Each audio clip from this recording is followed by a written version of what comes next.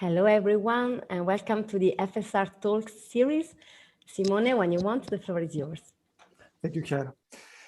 Hello, everybody, and welcome to the FSR Talk. Today is going to present a paper by Grischa Perino and other authors on the reform of the EU ETS. As you know, the FSR Talk is chaired by Jean-Michel Glachan, that is here. Hi, Jean-Michel.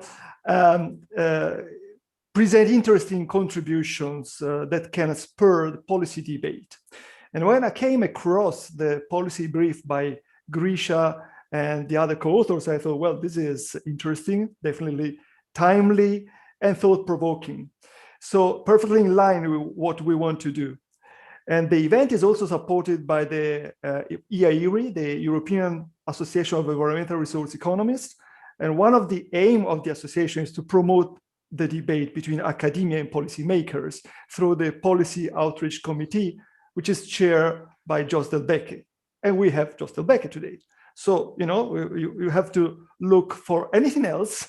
We have the author, we have the chair of the Policy Outreach Committee, we have everything to start.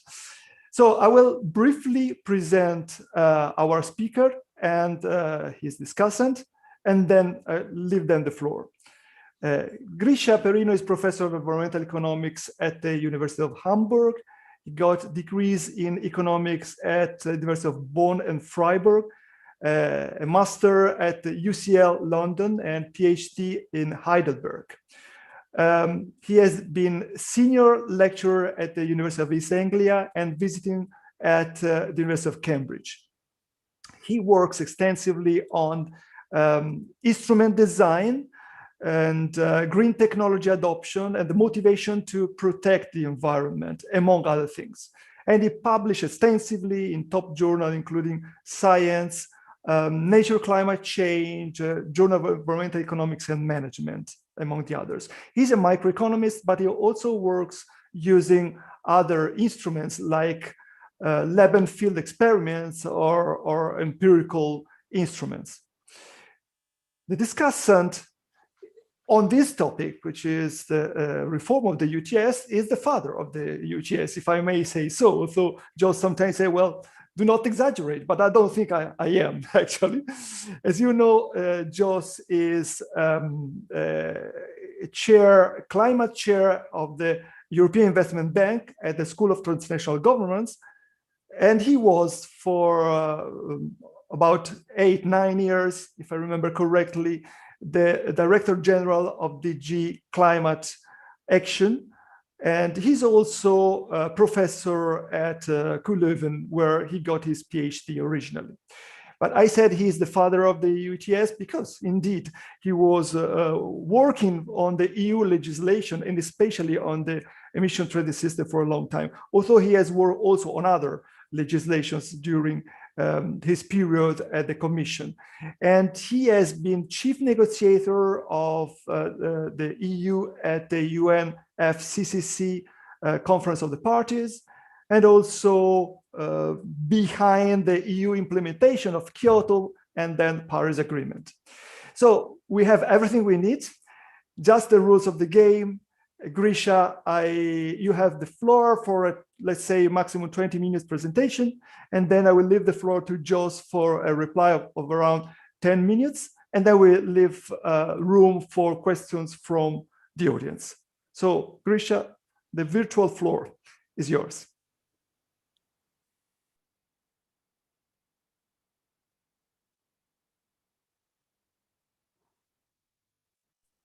Grischa, you're muted.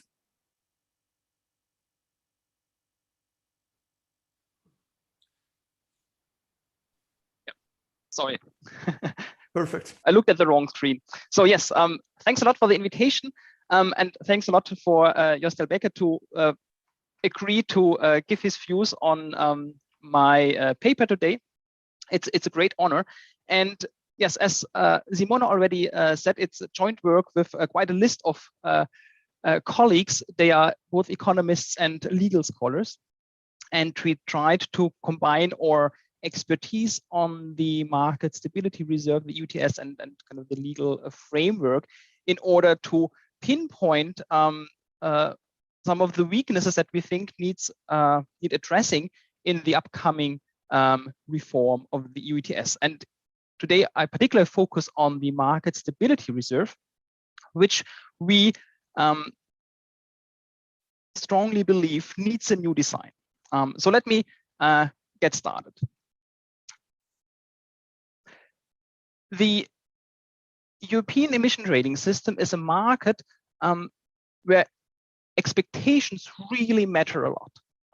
And I just kind of want to point out a few aspects that make that highly obvious, I think. So even today, when we are at record levels of the price, actually without expectations, so without market participants expecting there being real scarcity in the future, even today, the price would be zero. Because over the time, we actually, at any point in time, had more allowances available than firms emitted. So up today, kind of, we still are in a situation where the entire price is based on future expectations of scarcity. And just looking back at the last 12 months, where the European Union has been hit by a historic recession, of course, caused by the COVID-19 pandemic and the response to it to contain it. Nevertheless, prices have almost doubled.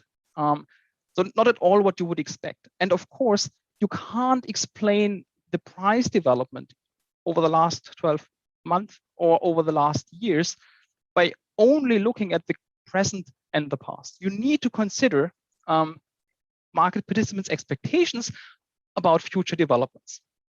And of course, the main aspect that is driving the current increase in prices is the expectation that the EU ETS will be reformed, that the cap will be tightened as a means of implementing the new, more ambitious EU climate targets.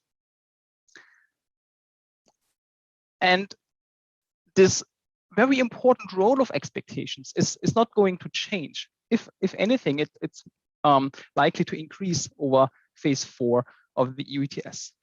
So this reform process will take, it will take several months, if not several years, to be completed. So we will see over the next years changing expectations depending on proposals being made by different actors in the legislative process and negotiations going on. So there will be a lot of changes in expectations about the scope of the EU ETS, the design of the market stability reserve, the stringency of the cap, and all those other relevant factors that most of you are aware of. Of course, complementary to the EU's efforts are then the efforts of the member states that need to step up their own climate policies in response to that. And a lot of those climate policies will overlap with the EU emission trading system fully or partially, being that coal phase outs, support schemes for renewables, energy efficiency measures, and so on. And all of those affect the medium to long-term expectations of scarcity in that market. Then we also have, of course, expectations about innovation, diffusion of low carbon technologies, infrastructures, and so on. And they all affect those expectations. Then, of course, we're in a currently pandemic and then post-pandemic world. And expectations might change as well as to how big the impacts of COVID-19 will be and how long they will persist and so on. And another thing that's relatively new to this market is the increase in numbers of non-compliance traders. So financial agents that are there to for the sole purpose of expecting to earn money. So they don't need the allowances to operate, but they are there because they think it's profitable. So I think it's a really important point that any mechanism that is going to be successful in stabilizing this market needs to be able to deal with changing expectations. In particular, over phase 4, where we will see a lot of changes in those expectations. Now, just a few brief words on how the current design of the market stability reserve works. And the first important point is to see that kind of what is the measure that's controlling the operation or the activities of the market stability reserve.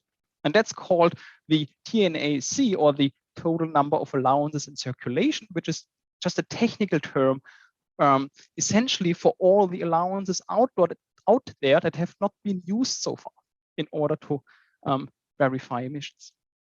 So the MSR essentially defines a desirable or acceptable range of this magnitude, and that's between 400 and 833 million.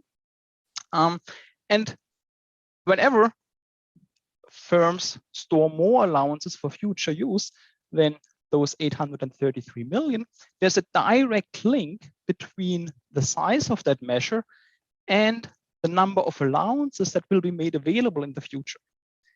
And essentially, the more allowances firms store for future use, the fewer allowances will be made available in the future, and vice versa. So it's essentially an automatic management of supply based on how many allowances firm bank for future use. Now, let's see how this mechanism that currently is at the heart of the market stability reserve works in response to two types of shocks. And the first type are shocks that either happened in the past or, of course, more interesting, happen right now, something like COVID-19. So a current shock that has not been anticipated. The second type we will look on in a minute are expected future shocks, something like an announced coal phase out by a large member state. Now, for a current shock like COVID, there is an immediate reduction in the demand for allowances. So regardless of the price, firms will emit less. They need less. So today's emissions drop. And as a response, the price drops as well. Scarcity has been reduced. But because emissions drop, the TNAC increases. So there are more allowances that are not used. And of course, in a response, the market stability reserve reduces future supply. So firms need less. Less allowances will be made available, so the demand-supply imbalance is reduced. The market is stabilized, and that's exactly what we want to accomplish, and the MSR does it. So for those type of shocks, the MSR does what it's supposed to do. You can still argue about whether it's sufficiently strong or maybe too strong, but it goes in the right direction, and that's an important achievement. Now, let's look at expected future shocks, where market participants are already aware that in future years, there will be a change, something like a coal phase out, but also expectations in changes about the stringency of the EU ETS. Now, in this case, yeah, and let's stick with the example of a coal phase out. Firms already know, because a member state has written it in its law, that in 5 years, in 10 years' time, there will be a reduced demand for allowances. But at the point right now, those power stations are still around. So today, emissions, the demand doesn't change directly, but prices drop because they expect a reduced scarcity in the future. And because prices drop, emissions increase. It's cheaper to pollute, so they do more of it. So in response to a demand reduction in the future, the TNAC drops, whereas in response to a current shock, it increased. Because in one case, we actually moved the demand curve right now, whereas in the case of an expected shock, we just move along an existing one. So here the TNAC drops, so it points exactly in the other direction as for a current shock. Now, of course, because the TNAC moves in the other direction, the MSR responds exactly the other way around, namely by increasing the supply relative to a case without that shock, and therefore it increases the demand-supply imbalances. So future demand has decreased and future supply increases in response. And of course, this is a destabilizing intervention. And unfortunately, that means the mission of the market stability reserve to stabilize the market has not been achieved. It does exactly the opposite. It escalates instead of stabilizes. So yes, we have essentially two types of events that can happen. Something unexpected right now and something expected in the future. And in one case, the MSR works, and the other one, it does exactly the wrong thing. And the next slide essentially just illustrates that in a slightly more technical way. On the left hand, we've got again the current shock, a shift in the demand function, but don't worry too much if you're not familiar with those graphs. It just, you can see here that the price effect, it goes down, but it's dampened here. This is the result of the MSR response. So the price reduction is smaller than it would be without the MSR. And at the same time, we see a reduction in the supply. So we actually do more, we protect the climate a bit more than we would have done otherwise. And that's exactly what we want the MSR to do. Now with the expected shock, so the anticipated coal phase out, even if it's exactly the same size, in the long run overall demand reduction, the timing differs, and hence the MSR's response differ. It increases supply instead of reducing it, and that means it exaggerates the price response. And the climate response here is even kind of more perverse because a member state shuts down coal-fired power plants in order to protect the climate. But of course, overall emissions are determined by the EU ETS and not by the number of coal-fired power plants. And here the EU ETS actually allows more emissions.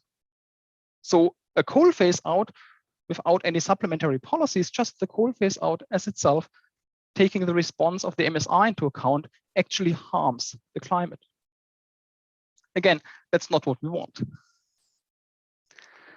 So yes, why does that matter? As I said before, the EU ETS is really a market that is driven by expectations. And by this design, the MSR is not in a good shape to deal with changes in expectations because it always responds exactly in the wrong way. It escalates any price response, no matter whether it's going upwards or downwards. The MSR fuels whatever direction the market provides. And as I said,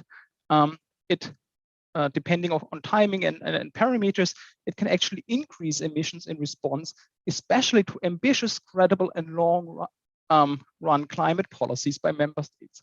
So exactly the virtues of national climate policies here are harmful because of the MSR's response. And you can think of it a little bit like the MSR being the autopilot of the EU ETS. And it's very good in knowing where it came from and where it is. So it has a very good GPS and tracking of the route it took. So it's good in detecting current situations and history. But the map of where it's actually heading to, so the expectations, that's actually mirror inverted. So there's actually a left turn, but the MSR responds as if there would be a right turn ahead.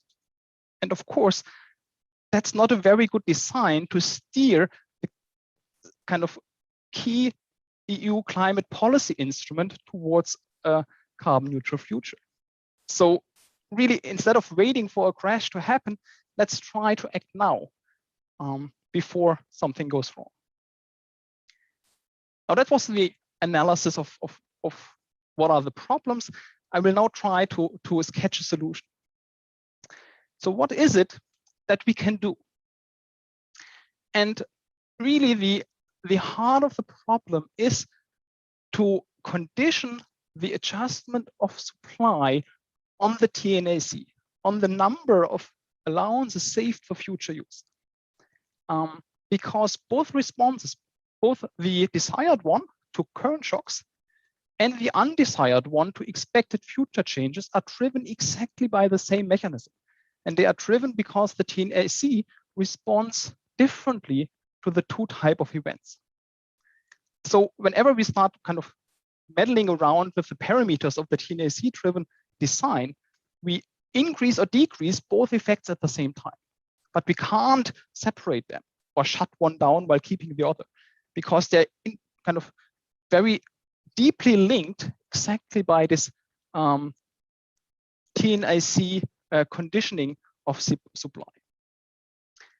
So what we need is, we need to replace the TNAC as the key variable that controls supply by something else. And now, of course, I've got a very specific idea what that something else would be. And that's the price of allowances, for very simple reasons. And I now take the liberty to quote my discussant Jostel Berke, because as he said in a recent policy brief, as in all markets, and now he refers to the EU ETS, prices tend to anticipate. Yes, exactly. Prices are the one variable that best capture all the information in the market. They might not be perfect, but it's very hard to find a measure that's better than prices. And they do respond to changes in demand, no matter whether they occur today or are expected to occur in the future. And moreover, this price-based adjustment of supply has been tested in hundreds of thousands of markets, because essentially every market for almost every commodity has a price-based supply adjustment. If prices increase, firms are willing to produce more. If they decrease, they want to produce less. That's exactly how every market out there, or almost every market out there, stabilizes itself. So why not use that in order to also stabilize a market that we deliberately created for something that is very important to us, namely carbon emissions. And here are just a few graphs how something like that could look like. We here again have kind of emissions and prices. That's a similar graph to what we've seen before. The black line is now this supply of allowances conditioned on prices. And here, if prices are high, this is just essentially the old cap that we're all familiar with. But if then we are in a situation where for some reason, maybe overlapping policies or unexpected economic developments, actually it's cheaper to achieve our climate targets. The question is, how do we want to deal with that? Do we want to, as we did before the 2018 reform, just make it cheaper, which would mean moving down this line and have decreasing prices? Or do we say, okay, it's cheaper now to achieve the target, and it's nice we give some of that back to firms and households, but some of that gain we actually want to translate in more ambitious targets, which would be this arrow here, because that's the reduction in emission in response to this decrease in the marginal cost of achieving it. And in this particular case, here we have a very flat curve, meaning a lot of the shock is transferred into emission reductions and only little into price reductions. But of course, the slope of that black line, that's exactly what the policymaker can decide in a price-based quantity control. It can also do something else. Like the second graph, everything is exactly the same, only the slope of this curve has changed. And now this exactly the same shock induces a larger price response, but a much smaller quantity response. So essentially all the music from the regulator's point of view is really in determining the slope of that line. Because that's the trade-off between the climate target and the costs. And that's really at the heart of the political problem we're facing. And a price-based quantity control allows you to determine that once and maybe for all, and essentially certainly for all member states and all policies and all types of shocks that might come around. And it guarantees that the effect, no matter exactly how you fine-tune it, it's always a stabilizing one. Because what we've seen before, at the moment, the market stability reserve induces implicitly, not explicitly, but implicitly, a black line that actually goes this way. So it's a downward sloping supply curve, and that's what you certainly don't want, because it gives rise to all types of unintended effects. So yes, with a price-based quantity control, you could actually really get at the heart of the problem and fix it. And there are just many ways how you could do that. Those are just two illustrations. Here's a third one where it's kind of not as kind of smooth, but more kind of with certain brackets. But essentially, depending on how large those brackets or steps are, you can get as close as you want to something as maybe a bit simpler in the first two ones. But there are lots of there's lots of variety that's out there, and that's then up for the political discussion to actually say, okay, and that's what we want. That's how, as a society, we want to trade off the climate target against how much it costs us to achieve it, and then we can pinpoint it, and then that's how the market responds to it.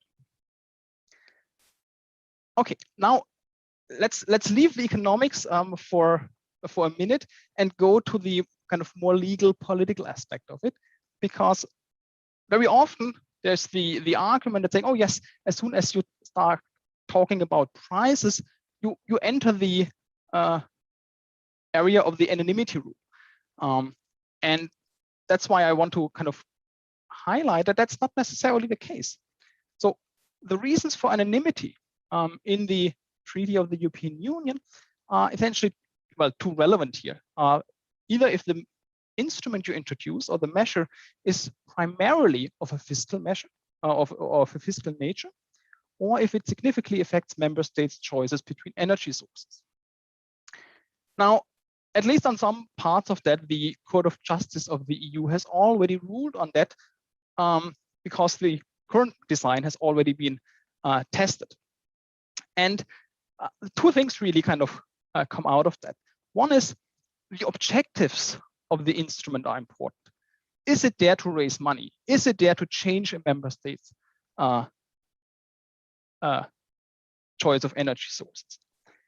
And there, the current MSR has passed kind of the test, so its objectives are perfectly clear and fine, because it's there to support an existing clearly environmental instrument, namely the EU ETS. And essentially, the objectives would not need to change at all, because the objectives are fine. The problem is the current design can't actually achieve them. So by just changing the design, we are just getting better in doing what we actually wanted to do anyway. So we don't need to change the objectives. The second is that the market needs to determine the price. Now, introducing a price-based quantity adjustment would actually make the EU ETS operate more like a normal market, because any other market out there has a quantity, a price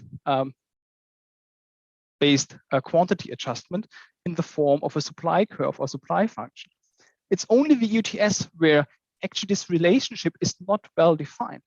And in some cases, as I've pointed out, it's actually exactly the wrong way around. So introducing such a measure can actually be really a strengthening of the market aspect of the EU ETS. And last not least, it's the convincing aspect of the factual, because there already is a provision in the current regulation that does allow quantity adjustment based on changes in prices. Unfortunately, the mechanism is designed in a way that so far it has never been used, and it's kind of only an emergency clause. But I think it's something that can be used to build on. So you would need to remove kind of the discretionary element that's in there and strengthen it. And then it could actually take over from the current TNAC-based regulation without needing kind of to come up with a completely new regulatory framework. We can use what we have and tweak it in the right places, and it will deliver a much better result than we currently have. Grischa, 1 minute. Yeah, can you that's do it? fine. Okay. So there are some kind of side benefits. Some of them I've already mentioned. this price-based quantity adjustment would be more resilient to speculation, because you can't really bet on price jumps that the current design might induce. It's easier to link the EU ETS to other ETSs, because essentially all the other ones have price-based quantity adjustments in one form or another. And it increases transparency, because you can really pinpoint and transparently define the responses, and some other aspects as well that I don't go into details now. So to summarize, the EU ETS is driven by expectations. And the last reform really also managed to establish trust, which is just another form of a particular type of expectations in the market. However, the current design of the MSR does well on one aspect, namely on past imbalances and present unexpected shocks, but it's doing exactly the wrong thing with respect to anticipated future changes. It actually exaggerates them. So we need an update, and the price-based quantity control would achieve the objectives of the current MSR in a much more effective way, and especially it would allow it to also respond in an appropriate way to expected shocks, and that would essentially allow the EU ETS to mature and become a proper market for emission allowances. So thanks a lot for your attention. That was my perspective, and now I'm eager to hear what Jostel Becker and of course the audience thinks about that. Thanks. Thank you, Grischa. And yes, me too. I'm very eager to hear from Jos his opinion, his view on the analysis of the problems identified by Grischa and on the possible solutions. So is it reliable? This view, is it feasible, the solution, basically? Jos, up to you. Well, thank you, Simone, and thank you, Grischa. And it's a real pleasure to participate in this debate today. Well, a few comments, and you may know that I'm, not a strong believer of price regulation, and I will try to make my point. The first is, the Market Stability Reserve is there. It was agreed in 2015, reconfirmed in 2017. The feeding rate was increased from 12 to 24%, and there is a review planned for this year. The next review is 2026, 5 years later. So that is the context where we are. And when I look at what happened, I would say the Market Stability Reserve, and I think Grischa agrees, worked. But it worked also for other reasons than the reasons that Grischa was indicating. One of the reasons I find was very important, that is a rule-based system that created trust with the market participants.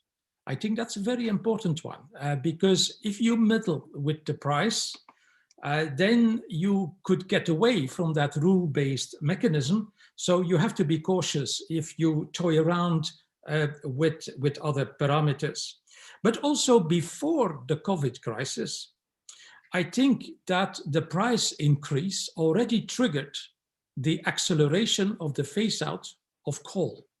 And it was with some amusement that I followed in some member states, not least in Germany and in Poland, decisions on the coal phase out, because what we see is that the carbon price is moving out of coal much faster, and it was already accelerated and put in motion before the COVID crisis.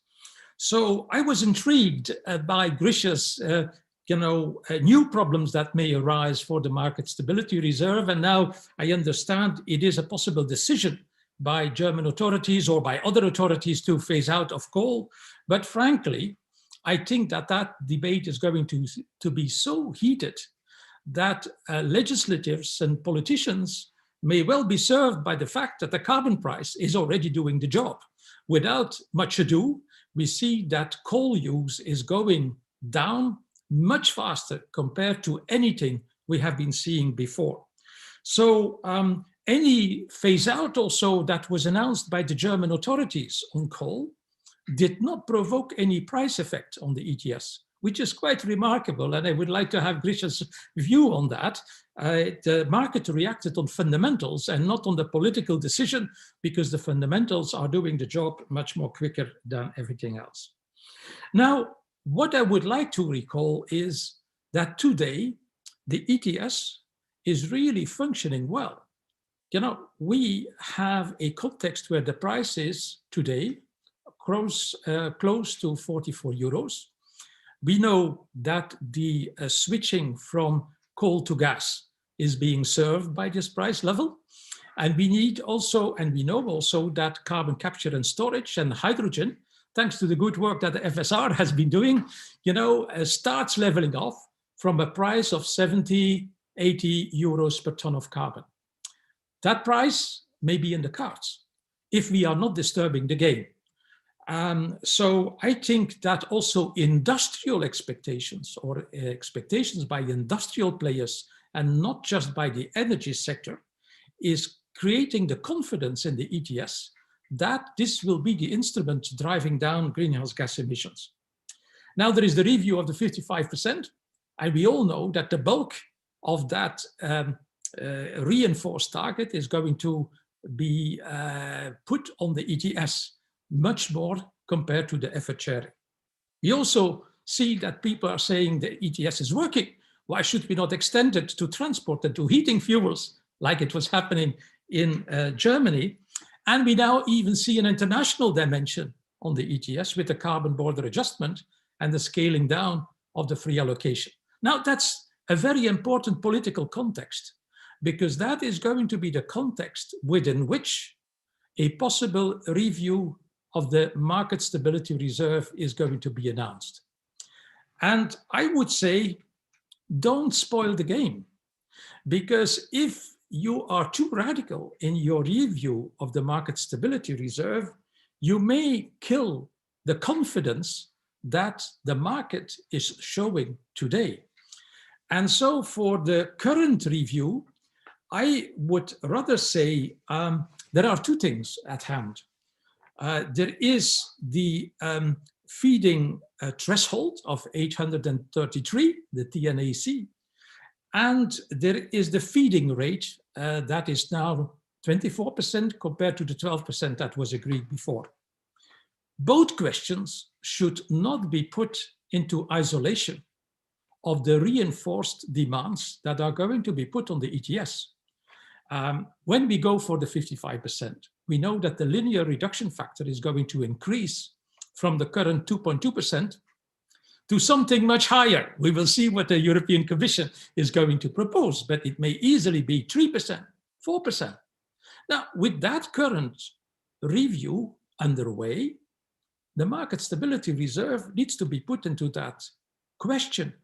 And so I would say, if we increase the feeding rate, or if we keep the 24%, the higher feeding rate of the market stability reserve, that is a question not to be put into isolation, given the fact that the linear reduction factor is going to increase. So the real question is, do we keep 24% or do we revert it to 12%? And on the threshold, the 833 threshold figure was argued in favor of the hedging needs that were necessary in the energy market. Now, now that the energy sector is decarbonizing much faster, you could say we no longer need this hedging needs. But I mentioned industry. When industry goes for hydrogen or carbon capture and storage, similar hedging needs will be required in the future. So again, the feeding threshold of 833 should not be put into isolation. So in short, I would be extremely cautious in changing radically the approach of the MSR, because it worked first. It worked, and there is no evidence that it will not work in the future. Let's also be very clear, we have today prices and expectations of rising prices, but the financial sector coming to the carbon market is also reassured by the market stability reserve that prices are no longer going to fall down to 5 euros. So there is an implicit bottom that is in the market, and that is strengthening the price signal. So I would be, very cautious. And I see a little bit, and Grischa will, not be surprised me saying that, I see an old debate re-emerging, because every 5 years we have the same debate on whether we should not replace the quantity approach by a price approach. And so I was asking myself, what is different today to switch from a quantity approach to a pricing approach? I would be very mindful in not creating a price floor, because the price floor with current prices is immediately going to provoke a question about the price ceiling. And is it a price ceiling that we need, knowing that we have to drive hydrogen and carbon capture and storage into the market? So we may start the debate with the price floor, end up with a debate on the price ceiling, a price ceiling that is prohibiting the new technologies that we need into the market, such as hydrogen and CCS. So my second thing for not going and jumping to the debate is about the future events that Grischa is fearing, which is the coal phase out. Now, I have a question to Grischa on this. We have the 55% in Europe. Has any analysis been done about how the coal phase out will have to be accelerated to reach the 55%? In my expectation, we would not need a review now. We may need a review in 2026, but the coal phase out is not going to be decided overnight. Perhaps we will decide first on the ETS and then on an accelerated coal phase out. And so I don't know whether there is in Germany or elsewhere studies about an accelerated coal phase out, accelerated compared to what the market is already performing in terms of putting, coal as an inefficient part of the energy mix. So is there more analysis on that? That would be grateful, because I do not feel high appetite in the political circles to decide on a coal phase out, but to let the ETS do its job, which is to phase out coal, instead of making a very, a contentious decision, whether it is in Germany or it is in Poland or in Bulgaria and Romania. It's going to be difficult everywhere, and the market is doing the job. So why would we jump to a decision? And then the big problem that you are describing, Grischa, is that there may be a decision for an earlier phase out of coal. I'm not thinking that is going to happen for the reasons I'm indicating. And my last element is, I have fears about the unanimity. We have been arguing about that. Unanimity, if people describe the ETS as a tax, we would run into major difficulty. But apart from that, I cannot see that our decision-making in the European Union would be able to decide on a minimum price instead of the market stability reserve. Because, pronounce a price. You may say 20 euros per ton of carbon or 30 euros. Can you imagine what the Polish, Romanian, other authorities are going to say about that minimum price? It is always going to be too high for one and too low for the other. And so I think that the debate on setting a price instrument in an explicit manner is politically so transparent that the market stability reserve that is based on quantities has been doing the trick, and in my view, should be able to do the trick also in the future, because it is very transparent, but it is not as transparent as putting the whole political class upside down and having an inability to decide. So before I would be, and I left the European Commission, I'm not talking for the European Commission, but if I were in the European Commission, I would be very hesitant to put up a price instrument, because I do not see any guarantee that it would work better, or that I could bring the legislation that is putting that price instrument into practice, that I would be able to bring that instrument to a good operational end. And I would not enter into such a risky journey if what I have at hand is easily working. So all in all, do we need, in my view, an overhaul of the market stability reserve? I would say no. Let's just reflect on the 12 or the 24%. And I would not even go in touching the 833, which is a threshold for the instruments, because hedging we will need also in the future. So let's be relatively light on our review on 2021. And then in 2026, we will see how far we are. We will have the ETS behind us, new targets for renewables, new targets for energy efficiency. We will have industry moving on CCS and on hydrogen.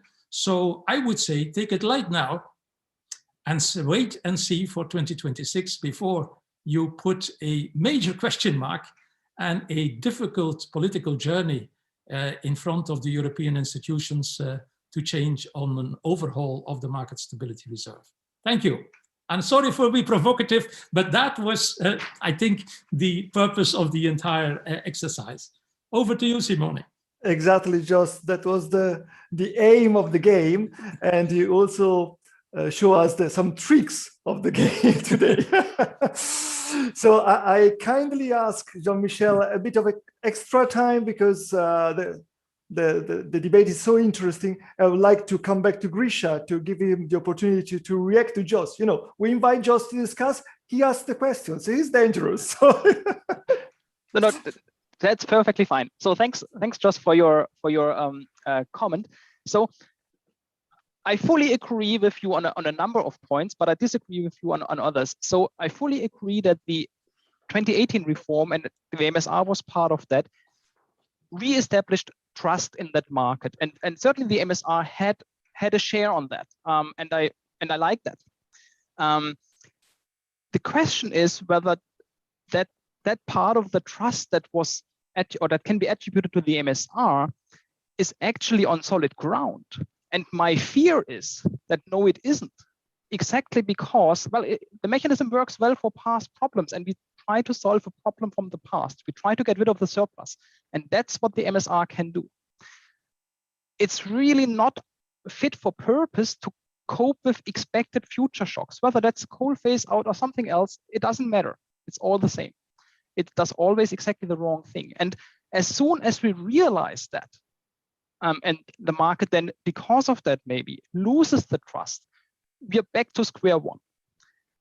And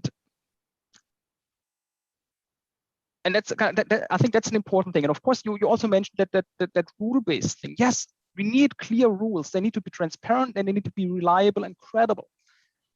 I'm not arguing against it at all. And exactly kind of what we are proposing is a rule-based mechanism. It's just a better rule, one that's trustworthy. Whereas I think the current one, it has received a lot of trust, but that was on credit. And if I listen to people, they actually essentially believe the MSR works like an upward sloping supply curve, but it doesn't, at least not always. And that's exactly what I'm trying to point out, that we have a risk buried in the mechanism. We can't see it yet very clearly, but it doesn't mean it won't bite us in the future. So yes, we need trust in the system, and it's dangerous to play around with the trust. But given that kind of over the last 2 years, my colleagues, and more than those listed on the paper, started to analyze the MSR and understood what it's doing, we started losing some of that trust that the market still has. And I'm just worried that the market, those guys being clever as well, kind of sort that out. And as soon as, for example, prices start to drop more than just for a few weeks or so, but for a month or a year, then the MSR reinforces that mechanism. It's a self-fulfilling prophecy. If prices drop, then the MSR responds in a way that it actually makes it come true. So prices drop means expectations of lower scarcity in the future, and that's exactly what the MSR does. If prices drops, because then emissions increase, the TNC goes down, and less allowances will be cancelled. So no matter whether, at the moment it's upward sloping, and that's fine. Prices go up and the MSR supports that. But as soon as the market, the expectations change and it all goes downhill, the MSR will support that deterioration. And that's one of the worries. And we can fix that with a price-based approach. And I'm not speaking of minimum price. Minimum prices are just one and very extreme version of a price-based mechanism. There are lots of others out there. And if you look at my graphs, there were some examples of ones where there is not even a minimum price. You don't need it in order to get kind of that bug out of the system. Much simpler or maybe less controversial designs can do that. And yes, I fully agree with you on coal phase outs. I don't like them at all, but I think they exist and they will, and those type of measures will continue to exist. I would rather prefer the EU ETS to do the job, and I think it's better in doing that. But that won't stop national governments from doing overlapping policies, and the Commission with the impact assessment, I think, kind of believes the same. So no argument or no disagreement with you on that side. I just think the reality might not agree with us on that one. So yeah, I think that was the main point. And with respect to those studies, I refer you to, I think, Michael Parlow, who has actually done some of those. He's one of the co-authors. Just a fast reaction. Yeah, a very short one.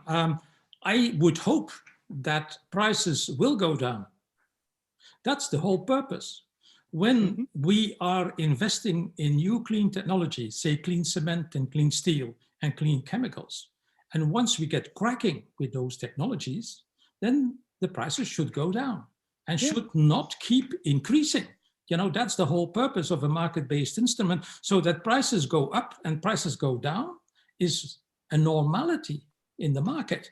And I would say this is showing that the market is a healthy instrument, that we should not be afraid from a decline in prices. And I think it's, you know, now I read, as many of you are reading, as if the prices go to 100, 150, 250 euros per ton of carbon. No, I think that exactly in industry and in the energy sector, people are finding clever solutions with which they can squeeze out carbon out of the system at much lower marginal costs. And they are going to do that because that's beneficial. And so that we will see rising and declining prices. I would hope that is going to be the reality we have to respect. One little comment on the price reactions that you have been showing in your models. There is a very important element you are not showing, and that is time.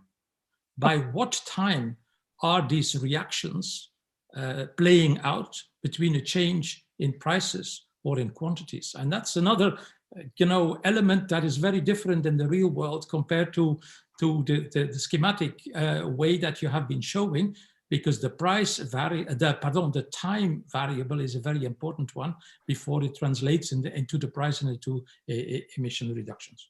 And for that reason, looking at what we did overcome in the past, I would not be worried. You know, let's not forget there was a price drop at the beginning of the pandemic.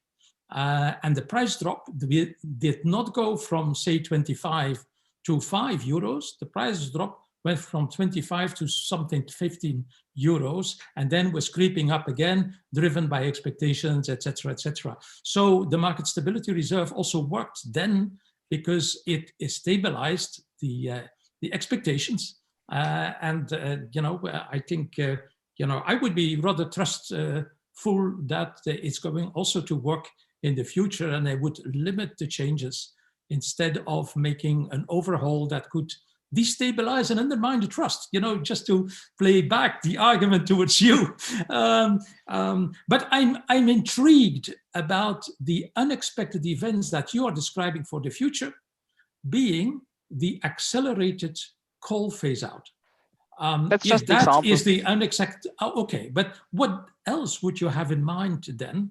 I mean, if it is not a coal phase out, because I was asking myself, we had the recession following the banking crisis, we had COVID, we had the recession, we have coal phase out. What else are you worried about? Essentially, what you described, namely changes in technology. Hopefully you're right, and and kind of the industry out there comes up with clever solutions, and those discoveries and expectations about how fast they can be rolled out and how effective they are. Those are hopefully the big changes in expectations we are going to face over the next decade.